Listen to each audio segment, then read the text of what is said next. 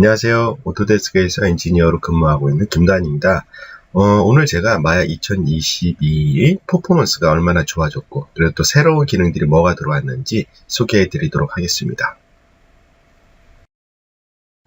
네, 마야가 계속 꾸준히 업데이트가 돼가면서 퍼포먼스가 계속해서 좋아지고 있죠. 특히 GPU 액셀레이터라든가 캐시 투 플레이백 이러한 기능을 통해 가지고 여러분들이 무거운 데이터를 불러오거나 또 무거운 데이터를 갖고 또 작업을 하는데 퍼포먼스가 엄청나게 좋아지고 있죠. 그래서 마야 2022 버전에서도 이 퍼포먼스를 높이는 거에 대해서 상당히 주력을 많이 했습니다. 특히 이제 퍼스트 익스피리언스라고 그래가지고 마야를 이제 처음에 구동을 했다던가 아니면 마야를 이제 처음 접한 분들이 이제 마야를 이제 체감적으로 좀 마야가 빠르다 그런 느낌을 주기 위해서 그런 쪽으로도 되게 많이 신경을 쓰고 있습니다. 자, 우선 보시면은 마야 2022 버전을 새롭게 인스톨을 하시고 그리고 만약에 이전 버전이 있다라면은 이제 뜨죠. 이제 프레퍼런스를 가지고 올 것이냐. 그래서 2022 버전에서는 프레퍼런스를 여러분들이 선택적으로 갖고 올 수 있게끔 변화가 있고요. 그리고 전반적으로 구동 속도는 물론 이전 버전보다는 좀 많이 빨라졌고요. 그리고 UI가 이렇게 오픈이 된 상태, 이제 마야가 이제 딱 열려 있는 상태, 그 상태에서 이제 작업을 하려고 보면은 아직 뭔가를 또 계속해서 로딩을 하는 현상이 발생을 했거든요.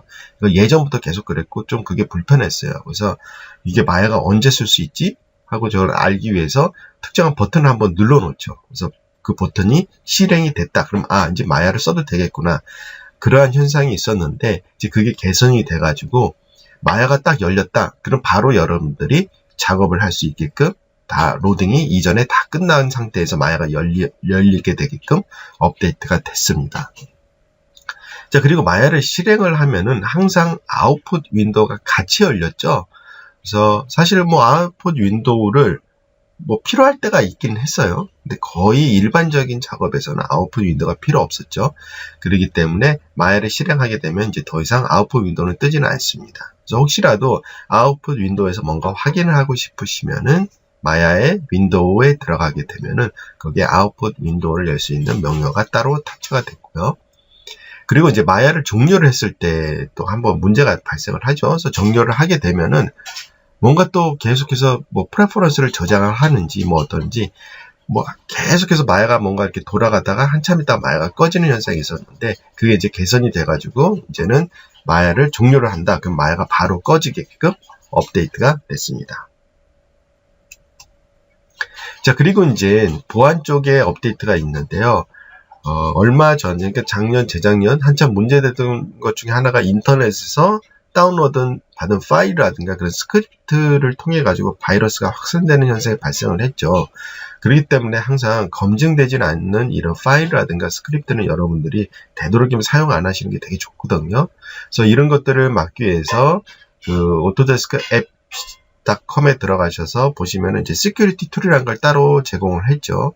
그래서 마야 2022 버전에서는 시큐리티 항목이 프레퍼런스에 새롭게 추가가 됐어요. 그래서 여러분들이 파일을 로딩을 할 때 이런 검증되지 않는 스크립트라든가 플러그인들을 아예 불러오지 않게끔 사전에 차단하는 기능이 들어왔습니다.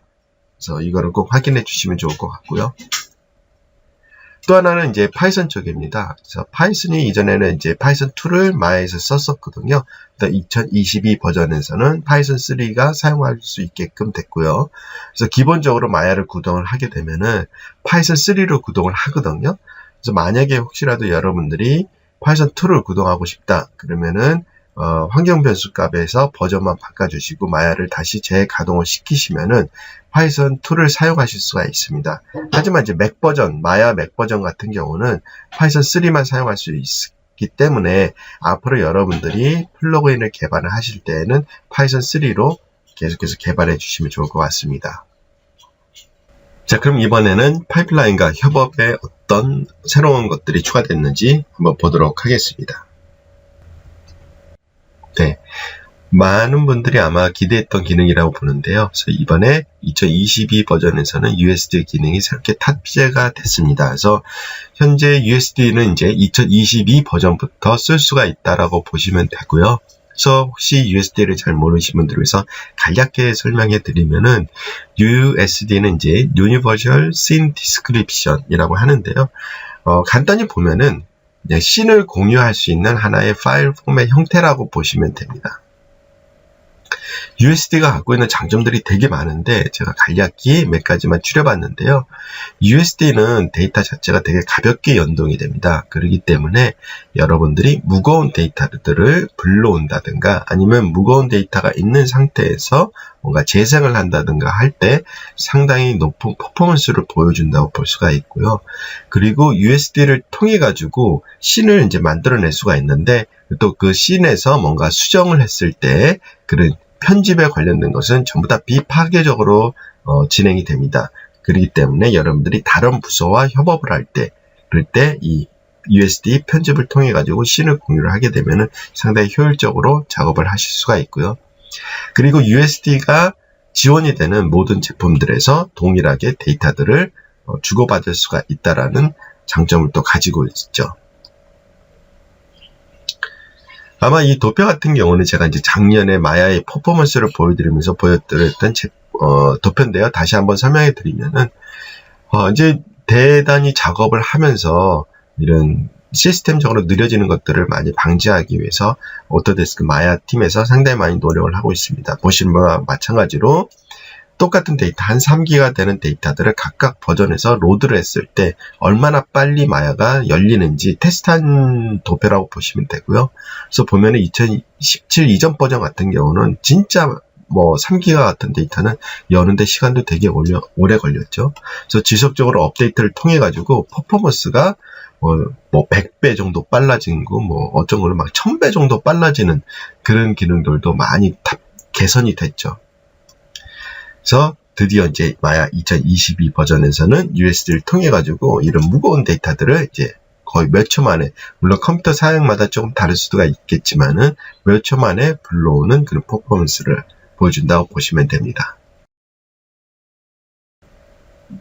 네, 그렇다면 USD를 어떻게 활용할 수 있는지 간단히 보시면은 그냥 마야에서 여러분들이 마야 파일을 가지고 에셋들을 만들게 되겠죠. 네, 그 에셋들을 USD 파일 포맷으로 엑스포트를 해서 그 에셋들을 라이브러리를 구축을 합니다. 이제 맥스에서도 USD를 쓸 수가 있죠. 그래서 맥스에서도 마찬가지로 동일하게 작업을 하시면 되고요. 그래서 이런 USD로 엑스포트 된 데이터들 같은 경우는 서로 이렇게 호환이 되겠죠. USD 파일 포맷을 통해서. 또 마찬가지로 씬 파일도 호환이 됩니다. 그래서 마야에서 만든 씬 자체를 USD로 엑스포트를 해서 맥스에서 갖고 올 수도 있고요. 그리고 요즘 뭐 언리얼이라든가 다른 소프트웨어에서 또 USD를 지원을 하죠. 그래서 마찬가지로 USD 파일 포맷을 지원하는 제품에서는 이런 데이터들을 다 손쉽게 주고받을 수가 있고 또 퍼포먼스도 엄청 빨라지겠죠. 자, 그럼 이 USD를 마야에서 사용할 때 이거 되게 복잡한 거 아니야 하실 수 있는데 이전에 마야에서 썼던 분들은 마야에서 작업했던 분들은 그냥 거의 변화가 없을 정도로 쉽게 사용할 수 있게끔 탑재가 됐습니다. 그래서 예를 들어서 모델링을 완료했으면 그냥 단순히 임포트 엑스포트에 보면은 USD 파일 포맷이 있거든요. 그걸로 그냥 엑스포트 하시고 또 그냥 임포트 하실 때 그냥 임포트 하시면 돼요. 그래서 그걸 통해서 USD를 라이브러리를 구축을 하시고요. 그래서 이런 USD로 구축된 라이브러리에 있는 데이터들을 이제 마야에서 스테이지를 구성을 할 수가 있거든요. 이런 에셋 데이터들을 갖고 와서 하나의 세트를 만들고 또 그 세트를 통해서 하나의 큰 스테이지를 만들어서 여러분들이 그 스테이지 작업을 하실 수가 있어요. 그래서 마야에서는 씬이라고 하고 USD에서는 스테이지라고 하거든요. 그래서 이런 스테이지 작업을 완성을 할 수가 있고요. 그다음 별도로 제공되는 레이어 에디터를 이용을 해가지고 이런 구성된 세트들을 위치를 바꾼다든가 하는 그런 작업을 하실 수가 있습니다. 이건 조금 이따가 마야에서 직접 보여드리도록 할게요. 얼마나 빨리 데이터가 불러오는지 한번 동영상으로 만들어낸 거거든요. 그래서 지금 동영상 같은 경우는 되게 무거운 데이터를 불러오는데 진짜 몇 초 만에 열리죠. 그래서 지금 같은 경우 이 데이터를 가지고 좀 더 무겁게 만들어서 그걸 데이터를 불러올 때 얼마나 빠른지 보시면은 물론 컴퓨터마다 약간 차이가 있을 수 있겠지만은 지금 시연하는 동영상에서는 버튼을 누르자마자 그냥 나왔죠. 보시는 바와 같이 상당히 무거운 데이터들도 빠르게 불러올 수 있다는 것을 확인해 보실 수가 있습니다. 자, 그러면 직접 마야로 돌아가서 어떻게 되는지 한번 보도록 하죠. 네, 제가 USD를 보여드리기 위해서 두 가지 파일을 준비를 했습니다. 그래서 우선 제가 최대한 3기가가 넘는 파일을 한번 구해봤지만은 제가 갖고 있는 데이터 중에 제일 큰 게 이제 1.7기가 정도 있어가지고 사용을 했는데요. 그래서 보시면은 1.7기가짜리 데이터를 제가 USD로 엑스포트 했을 때 보면은 162메가 정도로 바뀌게 됐거든요. 그래서 상당히 차이가 많이 나죠. 그래서 차이가 나는 이유가 뭐냐면은 마야 파일 같은 경우는 직접적으로 그 데이터에 대한 정보값도 있지만은 그 데이터들을 마야에서 작업할 수 있게끔 필요한 보수적인 것들이 엄청 많거든요. 그렇기 때문에 데이터가 엄청 크다고 보시면 돼요. 근데 USD 같은 경우는 그런 직접적으로 마야가 작업하기 위한 데이터에 관련된 것을 포함하지는 않아요. 그렇기 때문에 이 데이터 파일 자체도 되게 작죠. 그래서 거의 캐시 형태, 그냥 오브젝트가 갖고 있는 모델에 대한 정보값하고 그거에 대한 메타데이터 값만 갖고 있기 때문에 파일 자체가 되게 작다고 보시면 돼요. 그렇기 때문에 불러오는데 되게 빠르다고 보시면 됩니다. 그래서 제가 일단은 여기서 파일을 하나 불러오도록 할게요. 그래서 마야가 아까 전에 제가 PT에서 보여드린 것과 마찬가지로 퍼포먼스가 너무 좋아가지고 1.7기가 되는 것도 속도가 엄청 빨리, 속도 되게 빠르더라고요. 불러오는 속도도 되게 빠르죠. 보시면 한 9.8초 정도 걸렸나요? 그래서 원래는 이제 더 길게 걸려가 시간이 오래돼야지 차이점을 볼 수가 있는데, 자, 이거 같은 경우는 제 컴퓨터가 이제 지금 현재 노트북으로 하고 있거든요. 그래서 약간 퍼포먼스가 떨어지긴 해요. 노트북이기 때문에. 그리고 구조 보면은 여기에다가 제가 이런 식으로 다 에셋 구조를 이런 식으로 스트럭처를 다 만들어 놓은 상태입니다. 그래서 일반적으로 이렇게 이제 씬 자체를 이렇게 만드는 것은 아니고 작업하실 때 여기 들어있는 각각 요소들을 여러분들이 세트 형태로 만들어서 그걸 엑스포트를 하시면 되겠죠. 그래서 엑스포트 할 때에는 뭐 셀렉트 뭐 아니면은 셀렉트 안 해도 되겠죠. 여기서 보면은 엑스포트 하는 게 있는데 엑스포트를 하시고 밑에 보면은 USD 엑스포트라고 있습니다. 선택을 하시고요. 이렇게 옵션은 이렇게 많지는 않아요. 그래서 되게 간단히 되어 있는 옵션이라고 보시면 됩니다. 그래서 그걸 통해서 그냥 엑스포트 하시면은 엑스포트가 완료가 됩니다. 자, 그렇다면 이제 USD를 불러오는 거에는 두 가지 방법이 있습니다. 여기서 약간 차이가 있기 때문에 그거는 여러분들 알아두셔야 돼요. 첫 번째 불러오는 방식은 임포트를 통해서 불러오실 수가 있어요. 임포트를 통해 가지고 USD를 임포트를 하실 수가 있어요. 자, 그러면 임포트를 한번 해보도록 할게요. 사이즈는 지금 현재 159MB죠. 그래서 임포트 해보시게 되면은 아마 의외로 이렇게 임포트를 하게 되면 시간이 오래 걸리실 거예요. 물론 이제 지금 같은 경우는 되게 복잡한 면이기 때문에 오래 걸리지만은 일반적으로 작은 오브젝트 같은 경우는 그냥 빨리 불러오겠죠. 이렇게 불러오면은 속도 차이가 없어요. 오히려 더 오래 걸릴 수가 있어요. 이유가 뭐냐면은 임포트는 USD 데이터를 USD용으로 불러오는 건 아니거든요. 무슨 뜻이냐면 임포트라는 것은 불러온 데이터를 마야로 컨버트를 하는 거예요. 그래서 보시는 바와 같이 구조 똑같죠?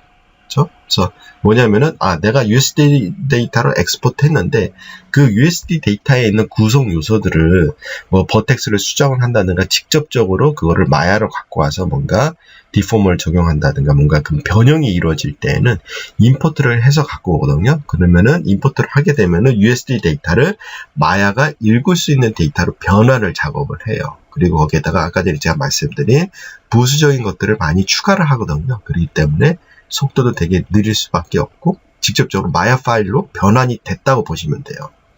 이렇게 불러오는 방법이 있어요. 이렇게 하게 되면은 자, 선택을 하고 아무거나 선택을 하고 오른쪽 마우스 버튼 눌러보면은 버텍스 선택할 수 있게끔 됐죠. 왜?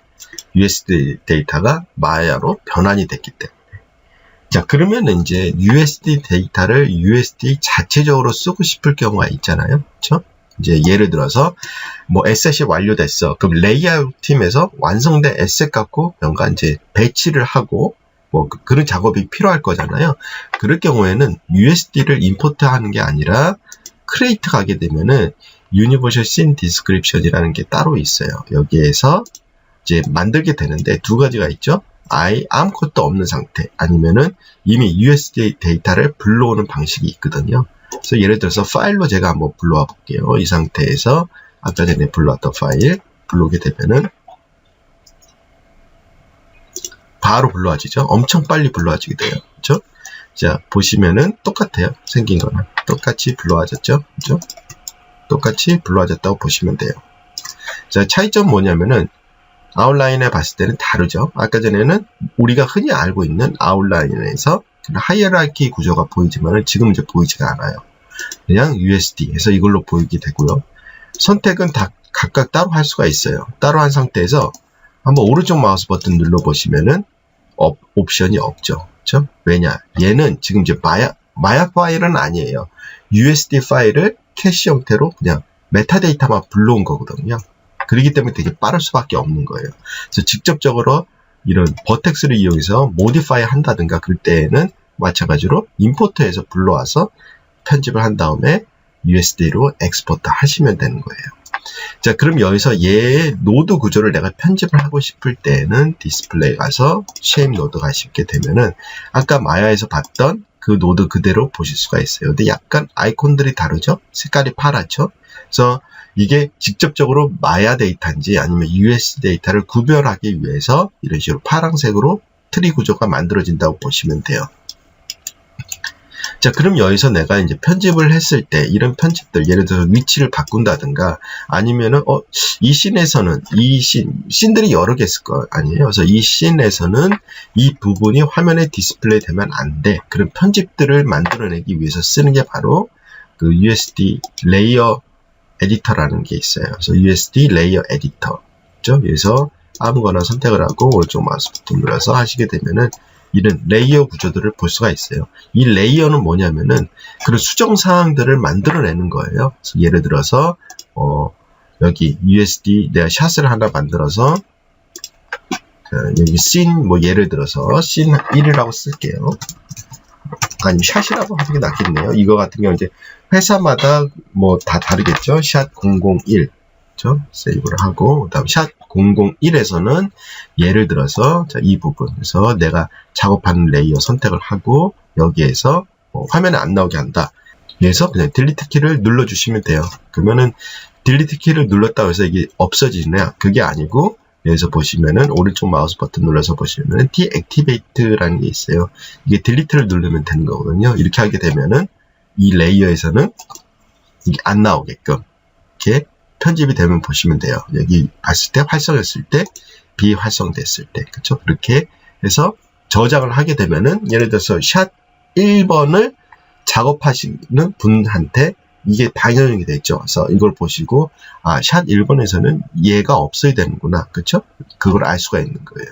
그래서 왼쪽 아웃라인에서는 USD의 구조를 볼 수가 있고 그 다음 USD 레이어 에디터를 통해 가지고 이렇게 세트장을 여러분들이 편집을 하는 거예요. 편집이라는 것은 뭐 버텍스를 이용을 한다든가 뭐 그게 아니고 뭐 오브젝트의 위치를 바꾼다든가 씬에 따라서 이 오브젝트는 있어야 돼 없어야 돼 그런 것들을 여기서 에디트하는 것이라고 보시면 됩니다. 사용하는 방법은 되게 간단하죠. 그리고 여기에서 내가 어떠한 특정 오브젝트를 씬에 불러오고 싶어. 그럴 경우 있잖아요. 씬을 배치를 한다든가 할 때에는 여기서 작업을 하실 수가 있습니다. 그래서 내가 원하는 데서 오른쪽 마우스 버튼 눌러서 보면 첫 번째 프리미티브라고 해서 그거를 등록을 해야 되거든요. 그래서 프리미티브에서 엑스폼 얘네들이 의미하는 내용들이 다 있습니다. 그래서 엑스폼은 뭐냐면은 그냥 단순히 다른 거 없어요. 위치값 그냥 그룹의 노드 그룹 노드라고 보시면 돼요. 그래서 엑스폼에서 하나 만들어 주시고요. 이 안에 예를 들어서 def에서 특정한 오브젝트를 정의를 할 수가 있어요. 이 상태에서 오른쪽 마우스 버튼 눌러서 add reference 우리가 흔히 마야에서 레퍼런스 작업하는 거랑 똑같다고 보시면 돼요. 레퍼런스 될 오브젝트를 선택을 해주시면 돼요. 이 상태에서 그래서 제가 냉장고를 하나 불러볼까요? 이렇게 해서 냉장고를 불러올 수가 있죠. 그렇죠? 이런 식으로 불러올 수가 있습니다. 그래서 이런 식으로 여기서 여러분들이 씬 구조를 마찬가지로 이런 식으로 만들어낼 수가 있죠. 그래서 사용하는 거는 이전에 여러분들이 레퍼런스 작업을 하고 아웃라인 작업을 해봤으면은 이런 거는 쉽게 여러분들이 만들어낼 수가 있고요. 아니면은 이렇게 구조 자체를 만들기 힘들다 그러면은 마야에서 여러분들이 이런 구조들을 만든 다음에 그냥 엑스포트 하시면은 USD로 엑스포트 하면은 이런 구조들이 다 만들어지니까 방식은 두 가지죠. 그렇게 해서 만들어 놓고 그 다음 최종적으로 아웃라인에서 그런 에셋들을 다 불러오는 형태라고 보시면 되겠죠. 에셋 불러올 때는 여기서 보면은 add reference를 해서 링크만 걸어주시면 되고, 그 다음 이것들에 대한 배치라든가 그 배치를 다시 편집을 하고 싶을 때는 USD 레이어 에디터를 이용을 해가지고 여기서 레이어대로 관리를 해주시면 됩니다. 네, 다음은 모델링 쪽에 어떤 업데이트가 있는지 한번 보도록 하겠습니다. 헤드업 디스플레이에 게임 버텍스 카운트라는 기능이 새롭게 업데이트가 됐는데요. 네, 이 기능을 통해서 마야에서 보이는 버텍스 수와 그리고 또 게임 엔진에서의 버텍스 수가 어떤 차이가 있는지를 확인해 볼 수 있는 기능이라고 보시면 됩니다. 네, 모델링 할 때의 퍼포먼스인데요. 이렇게 무거운 데이터를 가지고 와서 라소트를 통해서 폴리곤들을 선택을 할 때 얼마나 속도가 차이가 나는지를 보실 수가 있는데요. 2022 버전과 2020 버전 차이를 보시면은 상당히 많이 차이가 난다를 보실 수가 있죠. 자, 그리고 간단한 업데이트 중에 하나가 바로 익스트루드인데요. 그래서 익스트루드 할 때 특히 이제 thickness라는 옵션이 있는데 그거를 쓸 때마다 이렇게 면들이 터지는 현상을 볼 수가 있었거든요. 그래서 그게 이제 드디어 2022 버전에서는 이게 개선이 됐습니다. 자, 그리고 재미난 기능이 또 하나 탑재가 되는데요. 스윗 메쉬라고 해서 이런 파이프 형태라든가 아니면 벽과 천장 그 사이에 있는 그 몰딩이라고 하나요? 그거를 만들 때 유용하게 쓸 수 있는 스윗 메쉬라는 기능이 새롭게 탑재가 됐습니다. 그래서 이걸 통해 가지고 여러분들이 커브를 이용해서 쉽게 이런 관 형태를 만들 수가 있는데 이전에 이런 걸 만들기 위해서는 커브를 만들고 또 거기에 프로파일 커브를 또 만들고 그런 식으로 했는데 그거 했을 때 보면 상당히 불편한 점이 되게 많았죠. 그게 완전히 개선됐다고 보시면 됩니다. 그리고 이제 또 재미난 기능 중에 하나가 VR을 이용해서 여러분들이 스케치하듯이 3D로 콘텐츠를 만들어낼 수 있는 기능인데요. 이거는 마야에서 직접적으로 하는 건 아니고요. 우선 여러분들이 앱스토어에서 이 프로그램을 다운로드 받으셔야 돼요. 그래서 앱스토어 apps.autodesk.com인데 여기 가서 이 VR 프로그램을 다운로드 받아서 설치를 하게 되면은 마야에서 이 프로그램을 실행을 시킬 수가 있습니다. 그래서 오큘러스라든가 바이브를 이용을 해가지고 3D상에서 스케치하듯이 모델링하고 그거를 마야로 임포트해서 작업하는 방식이라고 보시면 됩니다.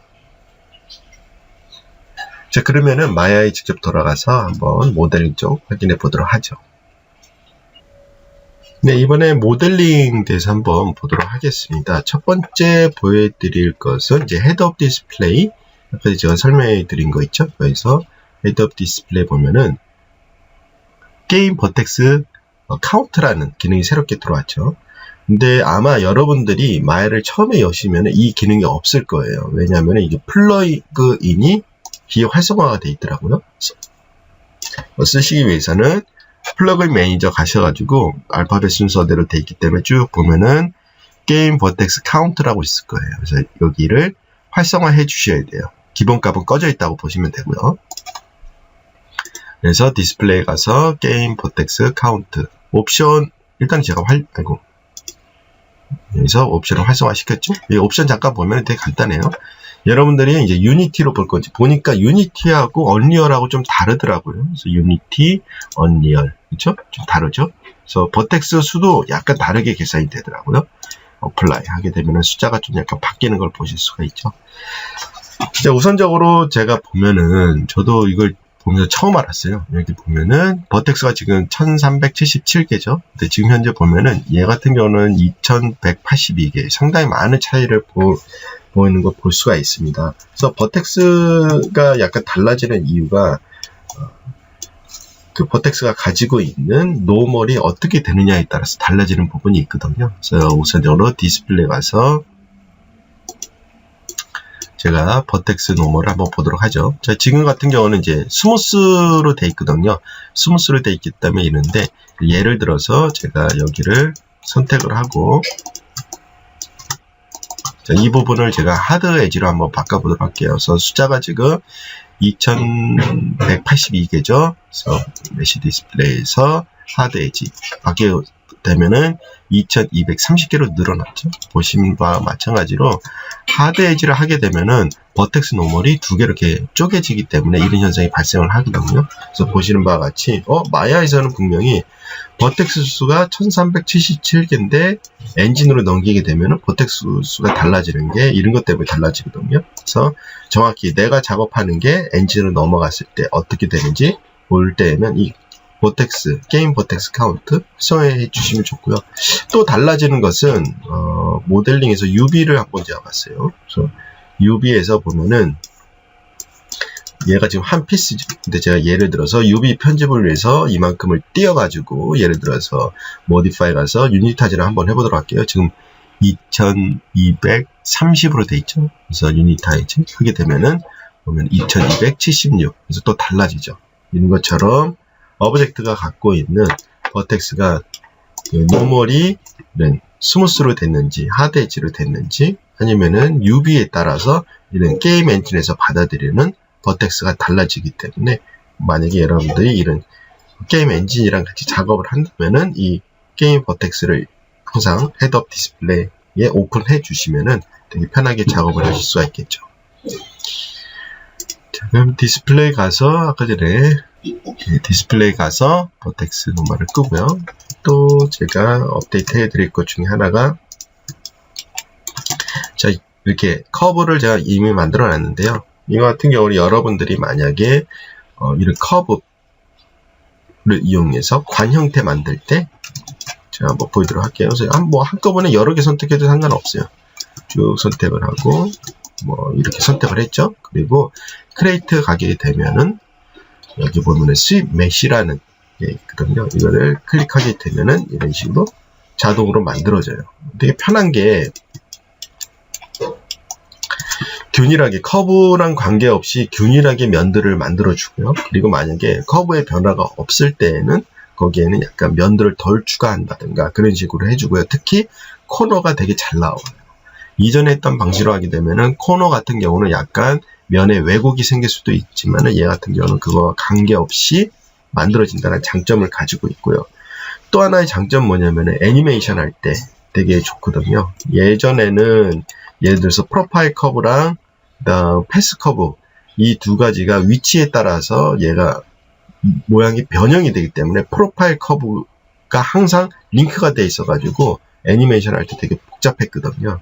근데 얘 같은 경우는 프로파일 커브 자체가 없기 때문에 그냥 커브만 선택을 해서 애니메이션 하면은 전혀 문제가 없어요. 그렇죠? 프로파일 커브가 없기 때문에 그런 장점을 가지고 있다고 보실 수가 있고요. 또 할 수 있는 것 중에 하나가 여기서 이런 모양 잡아주기도 되게 편해요. 처음에 옵션 이제 폴리곤으로 돼 있죠. 폴리로 돼 있고 좀 더 디테일하게 하고 싶다. 그 면수 증가하는 거 당연히 그런 건 있겠죠.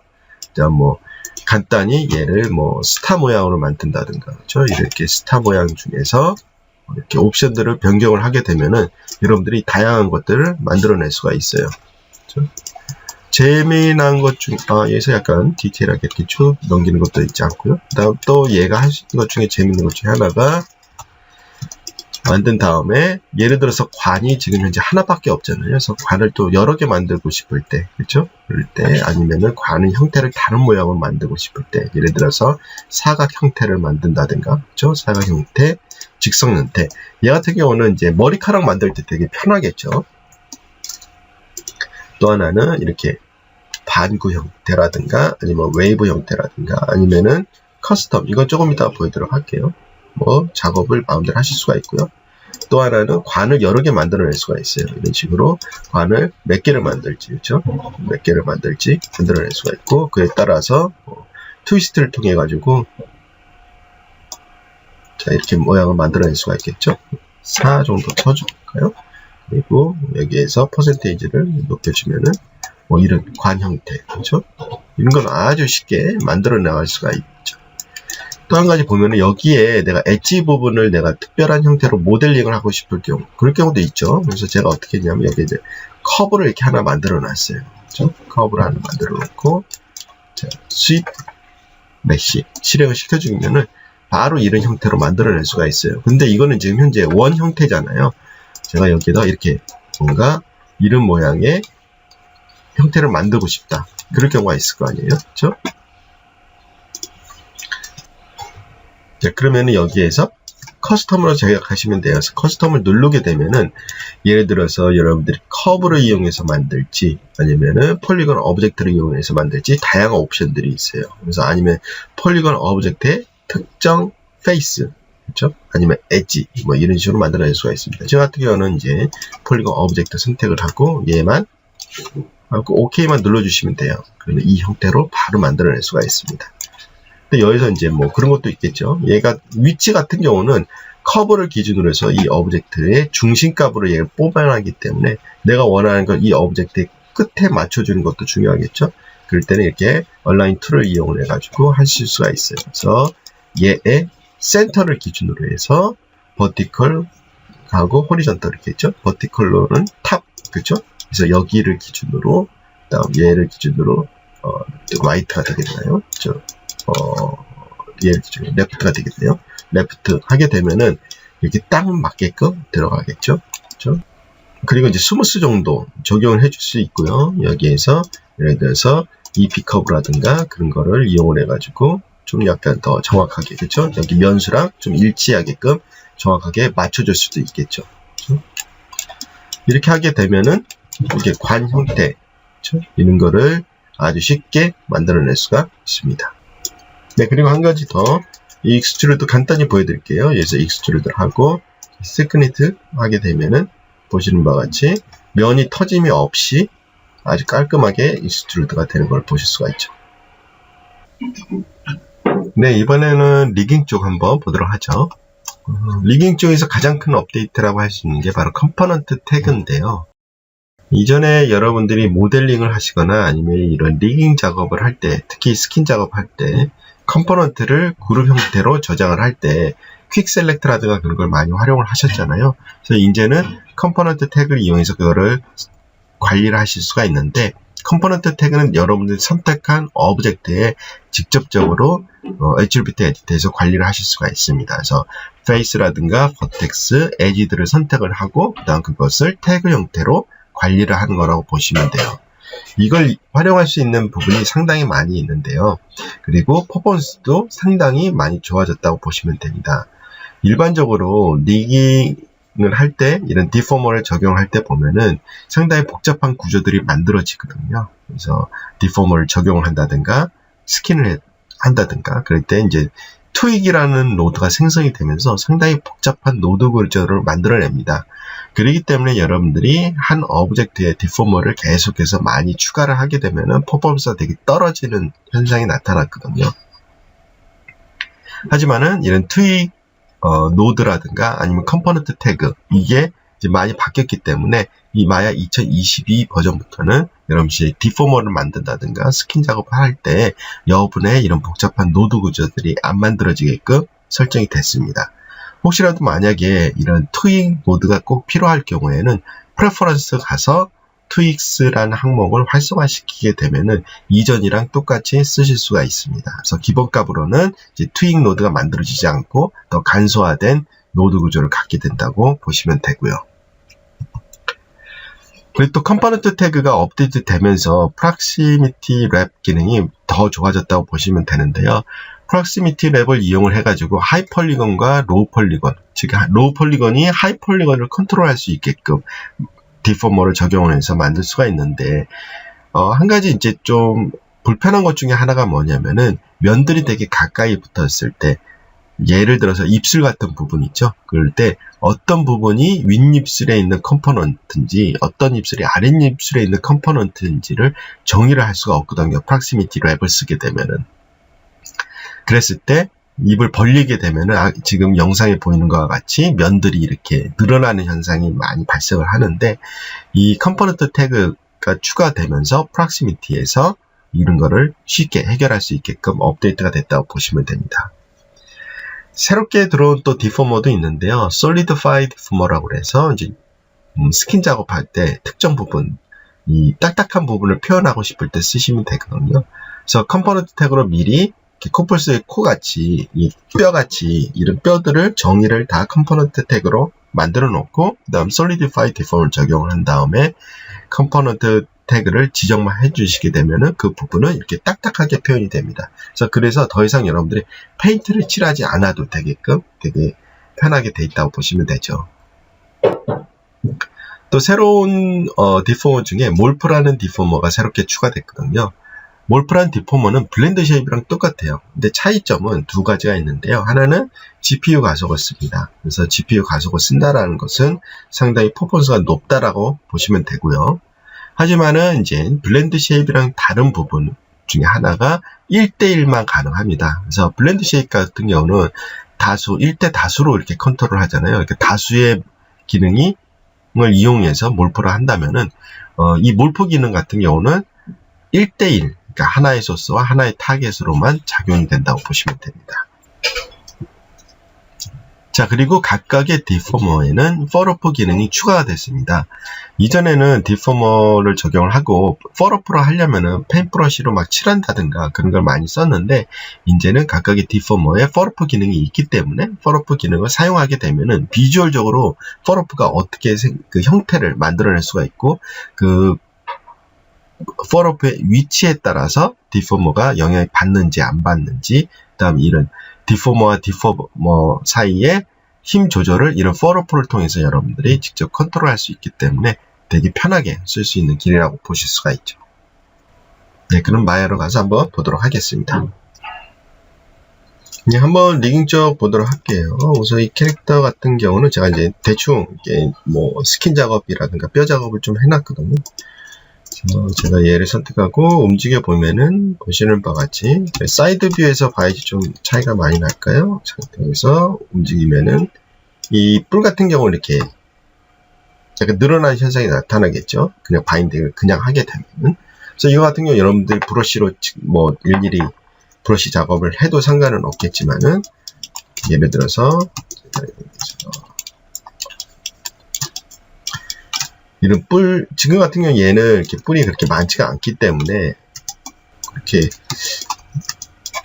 크게 어려움은 없을 것 같은데, 만약에 이제 뿔이 여러 개 있다라고 가정을 하게 되면은 이런 작업도 좀 일일이 브러쉬를 칠하는 것은 좀 까다로운 작업 중에 하나죠.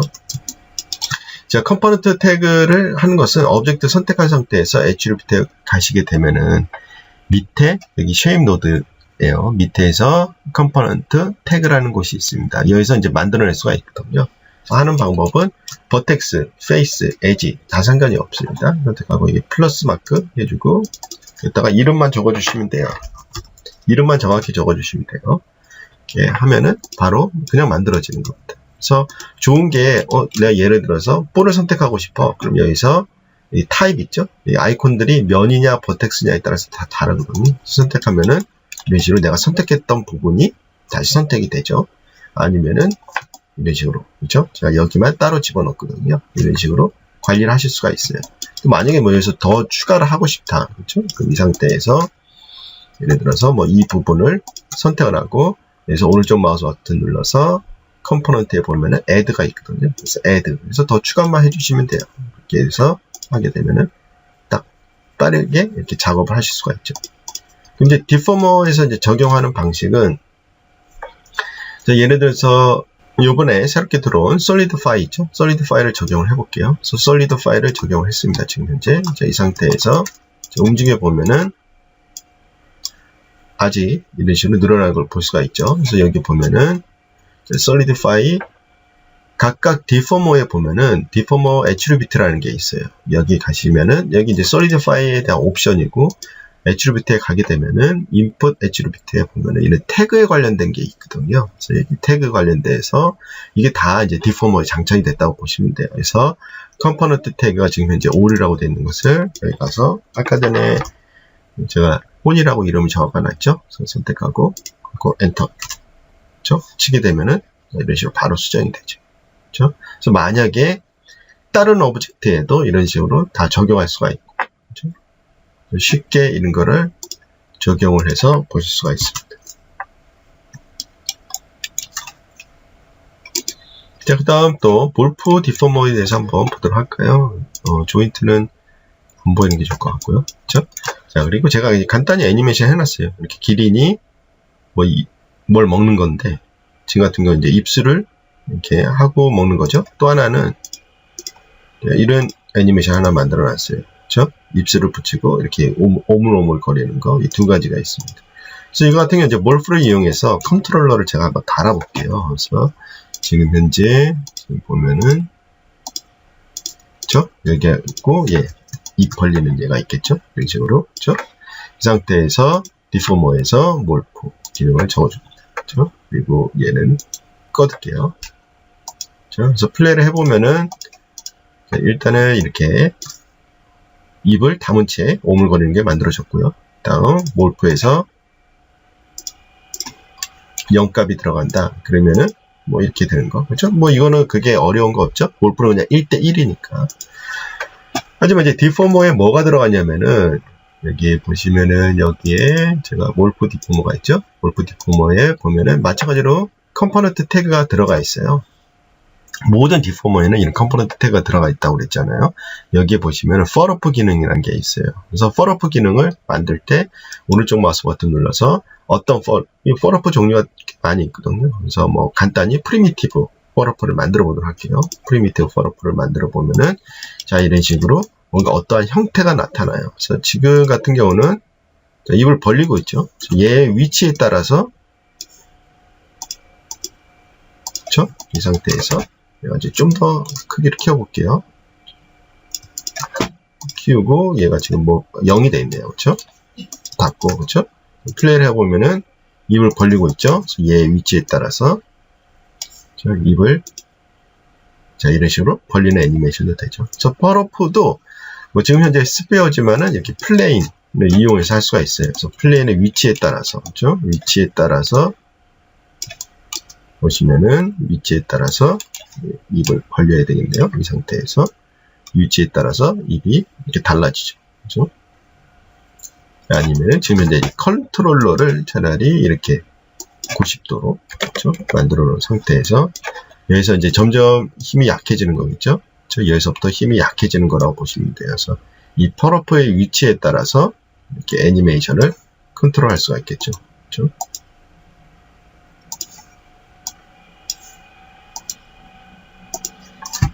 이런 펄어프를 이용하게 되면 되게 재미난 애니메이션들 되게 많이 만들어낼 수가 있어요.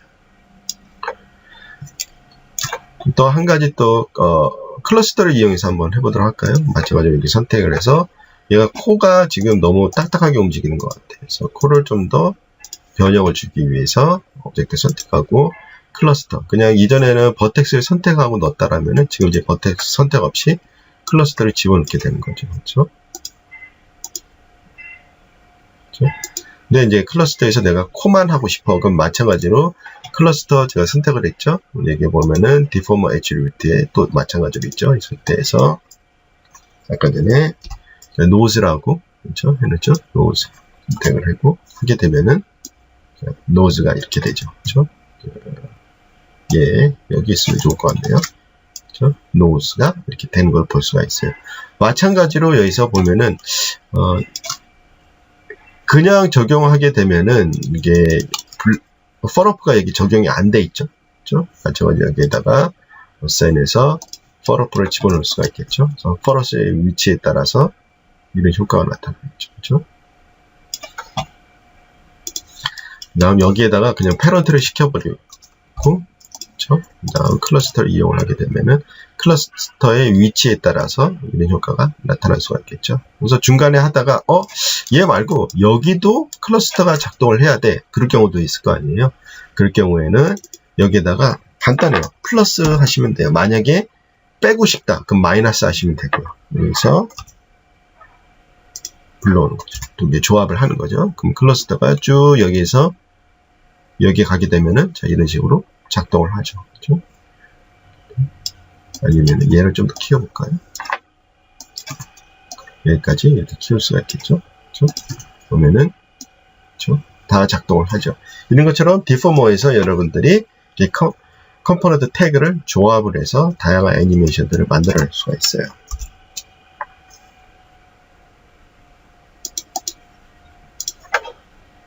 이번에 보여드릴 것은 이제 프록시미티를 이용한 것 중에 하나거든요. 지금 보면은 제가 이거는 바이프러스트를 이용을 해가지고 시뮬레이션을 간단히 해본 거예요. 그래서 지금 현재 보면은 그래서 바이프러스트 그래프에 보면은 간단히 npm 서버를 이용을 해가지고 옷 시뮬레이션을 지금 하고 있거든요. 시뮬레이션을. 그렇죠? 그다음 이게 로우 폴리곤이고요. 그래서 이제 하이 폴리곤을 이제 여기에다가 제가 이제 같이 프록시미티 랩을 이용해서 하이 폴리곤이랑 로우 폴리곤이랑 연결을 해보도록 할게요. 그래서 디포머 가서 프록시미티 랩 적용을 해줍니다. 그래서 아무것도 선택이 안 돼 있는 상태에서 에디트 창에 가서 하나의 새로운 뮤를 만들어냈고요. 그렇죠? 선택을 하고 여기서 로우 폴리곤이 이제 드라이버가 되겠죠. 로우 폴리곤 선택하고 하이 폴리곤 드라이버 선택하고 자 플레이 하게 되면은 자, 이런 식으로 프록시미티 랩이 적용이 돼가지고 로우 폴리곤이 하이 폴리곤을 컨트롤하게 되죠. 자 보시면 이제 입술도 그렇고 프록시미티를 이용해서 이런 걸 할 때 보면 입술도 그렇고 이 옷 자켓도 그렇고 이렇게 여기가 보면은 이 버텍스가 왼쪽에 있는 건지 오른쪽에 있는 건지 마야는 모르죠. 그렇죠? 그래서 이런 거 같은 경우는 해결하기가 되게 간단해요. 우선은 제가 여기서 이제 로우 폴리곤 보면은 컴포넌트 태그 아무것도 없죠. 자 여기서 왼쪽에 있을 버텍스 있죠. 그렇죠? 선택을 하죠. 이런 식으로. 여기에서 자, 레프트 그다음 프록시가 이제 뒤에 붙는 단어가 되게 중요해요. 뒤에 붙는 단어는 일치를 시켜줘야 돼요. 앞에 있는데도 일치를 시켜줘야 되거든요. 그래서 제가 지금 레프트 프록시라고 그냥 썼죠. 여기에도 마찬가지로 선택하고 여기에는 이제 라이트가 되겠죠. 프록스라고 쓰도록 하겠습니다.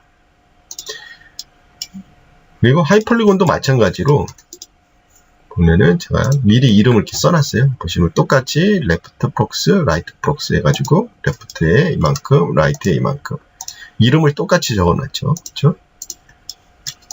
그 다음 쭉 가서 프록시미티 랩에 가시게 되면은 여기에 바인드 태그라는 게 있어요. 이게 지금 현재 이제 비활성화가 돼 있죠. 그렇죠? 이 상태에서 얘를 활성화 시켜 주시고 아까 제가 이름을 일치시켜 주는 게 중요하다고 그랬잖아요. 특히 그 뒤에 있는 이름. 그래서 지금 보면 얘가 기본값으로 이렇게 돼 있거든요. 대문자 P하고 ROX라고 돼 있어요. 그렇죠? 이건 뭐냐면은 각각의 오브젝트에 있는 뒤에가 이렇게 이 이름으로 끝나는 얘들을 서로 매칭을 시켜주는 거예요. 레프트면 이름이 레프트면 레프트. 그렇죠? 그러면 그거 일치시켜주고 라이트는 라이트. 이름을 일치시켜주는 거거든요. 상태에서 플레이를 하게 되면은 이런 식으로 보면은 얘가 다 떨어지죠. 그렇죠? 그래서 입술도 이런 식으로 만약에 프록시미티를 이용해서 얼굴을 리깅을 할 때 로우 폴리곤 얼굴과 하이 폴리곤 연결을 할 때 눈이라든가 아니면 입술 그런 것들은 이런 식으로 태그를 이용을 하게 되면은 손쉽게 리깅을 하실 수가 있습니다. 네, 이번에는 애니메이션 쪽 업데이트를 한번 보도록 하죠. 네, 고스트 기능이 캐시 투 플레이백이 탑재가 됨으로 해서 상당히 쓰기 편하게 됐죠. 그래서 이전에는 캐시 투 플레이백이 없었을 경우였죠. 그래서 오브젝트의 위치값만 고스트가 됐지만은 캐시 투 플레이백이 된 후로는 이런 디폼이 되는 오브젝트도 고스트가 됐죠. 하지만 이제 고스트를 사용하기가 되게 불편했어요. 이유가 뭐냐면은 오브젝트가 여러 개 있을 때는 각각의 오브젝트에 있는 애트리뷰트 값에서 고스트 하는 것을 수정을 하게 됐다라면은 지금은 이제 이 고스트들을 한 번에 관리할 수 있는 고스트 에디터가 들어왔다고 보시면 됩니다. 자, 마찬가지로 캐시드 플레이백을 통해 가지고 다른 기능들이 되게 업데이트, 성능이 되게 좋아지기 시작을 했거든요. 그래서 타임 에디터 같은 경우도 이제는 캐시드 플레이백이 적용이 돼서 퍼포먼스가 되게 빨라졌다고 보실 수가 있고요. 그리고 이번에 새롭게 블렌딩 효과 중에 어댑티브 기능이 새롭게 들어왔거든요. 그래서 이전에는 애니메이션이 블렌드 됐을 때는 평균값으로 애니메이션이 적용이 됐다라면은 어댑티브를 통해 가지고 애드 값으로 해서 애니메이션이 적용이 된다고 보시면 됩니다. 네, 그래프 에디터 같은 경우는 몇 가지 기능이 추가됐는데요. 여러분들이 모션 캡처 데이터 같은 거 아니면 애니메이션을 베이크를 했을 때 보면은 특정 키값들이 이상하게 되게 높은 값을 갖는 경우가 생기죠. 이걸 이제 피크라고 하는데 이런 거를 다 한꺼번에 손쉽게 없앨 수 있는 피크 리무벌 필터라는 게 새롭게 추가됐는데요. 이거는 이제 모션 빌더에 있던 기능이거든요. 그래서 그 기능이 탑재됐다고 보시면 되고요. 마찬가지로 이런 베이크된 오브젝트라든가 아니면 모션 캡처 데이터 같은 경우는 노이즈들이 많이 발생할 수가 있습니다. 그래서 노이즈들을 없애주는 스무스 필터, 마찬가지로 모션 빌더에 있던 기능이 탑재됐다고 보시면 되고요. 그리고 새롭게 생성되는 이런 탄젠트라든가 아니면은 기존에 있는 탄젠트들을 좀 모양을 형태를 바꿀 때 이거는 이제 메뉴 값에 들어간다든가 프레퍼런스 가서 이걸 바꿔야 되는데 이거를 이제 단축키로 위에 그래프 에디터 위에 있는 그 단축키를 통해서 여러분들이 쉽게 탄젠트의 형태를 바꿀 수가 있게끔 업데이트가 됐습니다. 자, 그러면 마야에 가서 한번 보도록 하죠. 네, 첫 번째 한번 고스트 에디터에 대해서 한번 보도록 할까요? 네, 이전에 고스트 에디터를 쓰기 위해서는 이런 식으로 오브젝트를 선택을 하고요. 애니메이션 가서 비주얼라이즈에서 고스트 셀렉티드 누르고요. 그리고 반드시 여기에 캐시드 플레이백이 됐는지 확인을 하셔야 돼요. 그래서 캐시드 플레이백이 이게 활성화되지 않았을 때는 이런 디포머가 되는 오브젝트에는 고스트를 사용하실 수가 없어요. 그래서 보시는 바와 같이 이제 고스트가 작동이 됐는데요. 이전에는 고스트에 있는 옵션들을 바꾸기 위해서는 각각의 오브젝트에 있는 애트리뷰트에 가서 오브젝트 디스플레이 여기서 고스트 인포메이션 이런 식으로 들어가서 각각 수정을 해야 되는 불편함이 있었죠. 근데 지금은 하는 게 되게 간단해졌어요. 지금은 이제 윈도우에 가서 애니메이션 가게 되면은 고스팅 에디터라는 게 들어왔습니다. 그래서 보신 바와 마찬가지로 내가 고스트를 적용했던 그 오브젝트들의 리스트를 보실 수가 있고요. 그 리스트를 기준으로 해서 한꺼번에 컨트롤이 가능합니다. 그래서 예를 들어서 내가 선택한 프레임을 기준으로 뒤에 있는 얘만 또 앞뒤로 다 아니면 앞에만 이런 식으로 선택이 가능하고요. 프리셋을 통해 가지고 타이밍을 이렇게 조절해 가면서 여러분들이 마음대로 보실 수가 있어요. 그래서 한꺼번에 이렇게 컨트롤이 가능하기 때문에 사용하기가 되게 편리해졌다고 보실 수가 있습니다. 애니메이션 작업할 때 특히 모션 캡처 리타겟팅을 위해서 모션 캡처 데이터라든가 그런 걸 갖고 왔을 때 보면은 항상 이게 피크 치는 애니메이션이 생기는 것들이 꽤 많이 있거든요. 그래서 그런 거 쉽게 해결할 수가 있는데 예를 들어서 지금 같은 경우도 제가 모션 캡처 데이터를 임포트 하다 보니까 특정한 부분에 이렇게 피크가 되는 애니메이션들이 발생을 하거든요. 그래서 이런 거 같은 경우는 그냥 쭉 선택을 하시고 여러 군데 있다 그러면 다 선택해 주시면 돼요. 쭉 선택을 해 주시고 여기에서 커브스에 가시게 되면은 피크 리무벌 필터라고 있어요. 이거를 클릭을 해 주시게 되면은 이렇게 그냥 간단히 다른 거는 전혀 손이 안 되죠. 봤을 때 애니메이션 값이 너무 한 키만 쭉 올라와 있다. 그럼 그것만 이렇게 깔끔하게 정돈을 해 준다고 보시면 돼요. 마찬가지로 이제 노이즈도 그런 식으로 정렬이 가능하거든요. 제가 여기는 이제 좀 노이즈를 살짝 만들어 놨는데 노이즈가 좀 있는 부분을 선택을 해 가지고 키에 가서 보시면 스무스 필터라는 게 있거든요. 옵션 값 한번 열어보도록 할게요. 여기 보시면은 프리뷰 기능이 있어요. 그래서 프리뷰 기능을 통해 가지고 미리 확인해 보실 수가 있어요. 얘가 어떤 식으로 스무스가 되는지 안 되는지는 이렇게 프리뷰 값으로 여러분들이 선택을 해서 미리 확인해 보실 수가 있습니다. 그래서 적용을 하기 위해서 어플라이 앤 클로즈 하게 되면은 적용이 되겠죠. 그리고 상단에 보면은 이제 탄젠트 값들이 얘가 이제 처음에 생성된 탄젠트 값이 어떤 식으로 만들어질지, 그렇죠? 그거를 이제 easy in, easy out 이런 식으로 아니면 믹스 그런 식으로 여러분들이 컨트롤 하실 수가 있다고 보시면 됩니다. 그리고 이제 타임 에디터 한번 보도록 할까요? 애니메이션 가서 타임 에디터.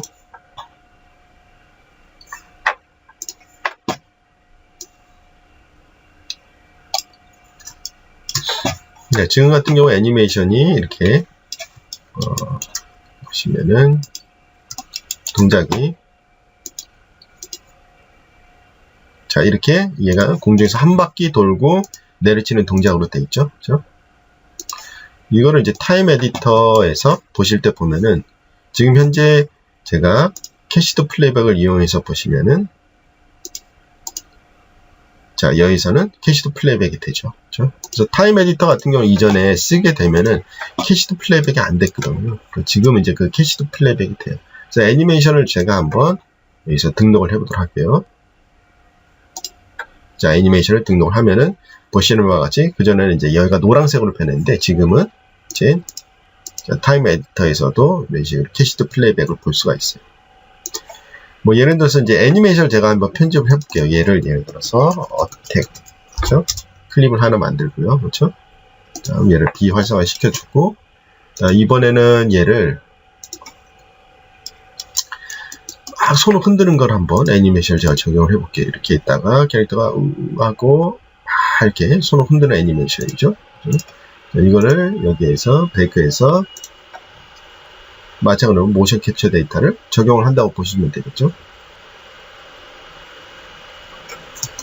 이 상태에서 뭐 컨트롤러 아무거나 선택을 하고 제가 이제 새로운 레이어에다가 만들어 보도록 할게요. 활성화시키고요. 새로운 레이어에다가 이제 제가 만들었습니다. 그렇죠?